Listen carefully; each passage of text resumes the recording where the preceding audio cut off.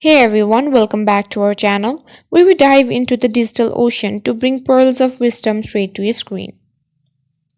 If you've ever wanted to keep that hilarious clip or that insightful tutorial from YouTube right in your phone's gallery, you're at the right spot. Today we're unraveling the mystery of downloading YouTube videos on both Android and iOS devices. So buckle up and let's get started. First up, Android users. You've got a couple of handy options. One of the easiest way is using the YouTube app itself. Yes, you heard it right. While browsing through videos, you might have noticed the download button right below the video player. Simply tap it and voila, the video will be available offline within the app.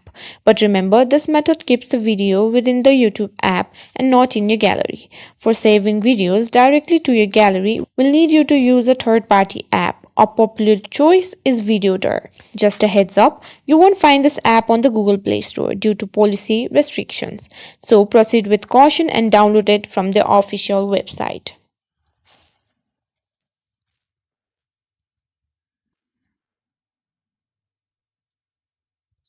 So this is the official Videodar which you'll need to download.